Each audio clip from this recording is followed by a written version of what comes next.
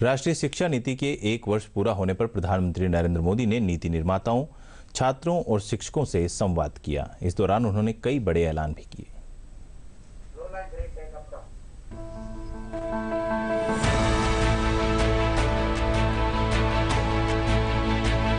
राष्ट्रीय शिक्षा नीति 2020 के तहत सुधारों के 1 वर्ष पूरा होने के उपलक्ष्य में गुरुवार को प्रधानमंत्री नरेंद्र मोदी ने वीडियो कॉन्फ्रेंसिंग के माध्यम से जब देश भर के शिक्षा और कौशल विकास के क्षेत्र में नीति निर्माताओं, छात्रों, शिक्षकों को संबोधित किया तो उन्होंने साफ कर दिया कि शिक्षा में सुधार उनकी सरकार के एजेंडे में शीर्ष पर है।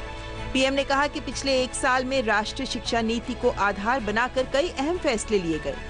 मैं मानता हूं भारत की नई राष्ट्रीय शिक्षा नीति राष्ट्र निर्माण के महायज्ञ में बड़े फैक्टर में से एक है और इसलिए देश ने इस शिक्षा नीति को इतना आधुनिक बनाया है, इतना फ्यूचर रेडी रखा है।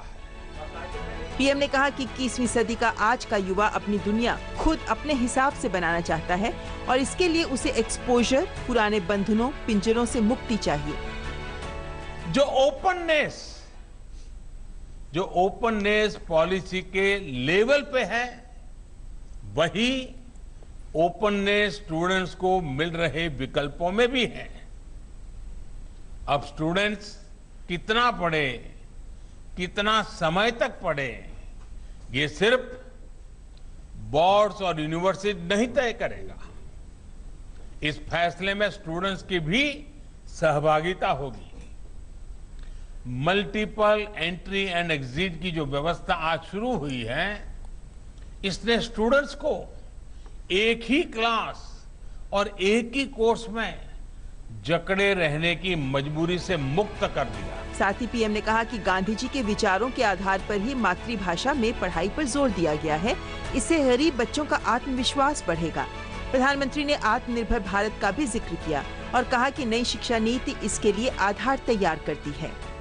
आज बन रही संभावनाओं को साकार करने के लिए हमारे युवाओं को दुनिया से एक कदम आगे होना पड़ेगा।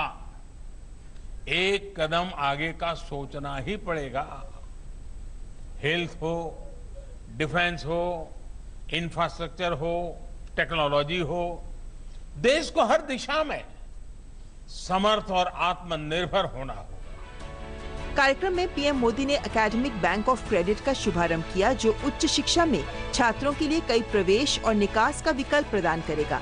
इसके साथ ही क्षेत्रीय भाषाओं में प्रथम वर्ष के इंजीनियरिंग कार्यक्रम और उच्च शिक्षा के अंतर्राष्ट्रीयकरण के लिए दिशा निर्देश भी जारी किए गए। इसके अलावा प्रधानमंत्री ने जो पहलें शुरू की, उनमें ग्रेड 1 के छात्रों के लिए 3 महीने का नाटक आधारित स्कूल तैयारी मॉड्यूल, विद्या प्रवेश, माध्यमिक स्तर पर एक विषय के रूप में भारतीय सांकेतिक भाषा, NIS HTHA 2.0 NCERT द्वारा डिजाइन किया गया शिक्षक प्रशिक्षण का एक एकीकृत कार्यक्रम सफल, CBSE स्कूलों में ग्रेड 3, 5 और 8 के लिए एक योग्यता आधारित मूल्यांकन ढांचा शामिल है। साथ ही एक वेबसाइट भी शुरू की गई, जो पूरी तरह से आर्टिफिशियल इंटेलिजेंस को समर्पित है।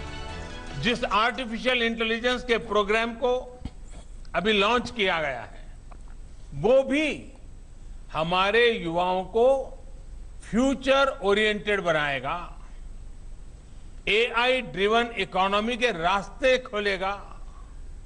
शिक्षा में ये डिजिटल रिवॉल्यूशन पूरे देश में एक साथ आए, गांव, शहर सब समान रूप से डिजिटल लर्निंग से जुड़े, इसका भी ख्याल रखा गया है।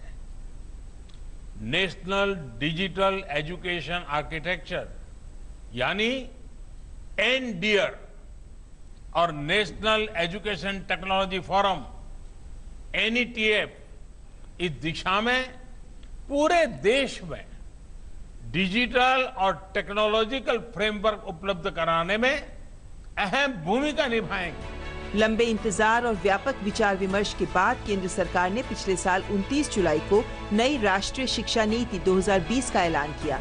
34 साल बाद आई इस शिक्षा नीति ने प्री प्राइमरी से लेकर विश्वविद्यालय स्तर तक की शिक्षा में क्रांतिकारी बदलावों का रास्ता साफ किया। इसमें स्कूली शिक्षा के बुनियादी ढांचे में बदलाव किया गया है और 10+2 की बजाय 5+3+3+4 यानी 15 साल की स्कूली शिक्षा की रूपरेखा तय की गई है। इसके अलावा स्कूली शिक्षा को रोजगार परक बनाने का लक्ष्य भी तय किया गया है। गुरुवार को प्रधानमंत्री ने जिस पहल की शुरुआत की है वो नई राष्ट्रीय नीति के लक्ष्यों को प्राप्त करने की दिशा में एक महत्वपूर्ण कदम है। Bureau report, DD news.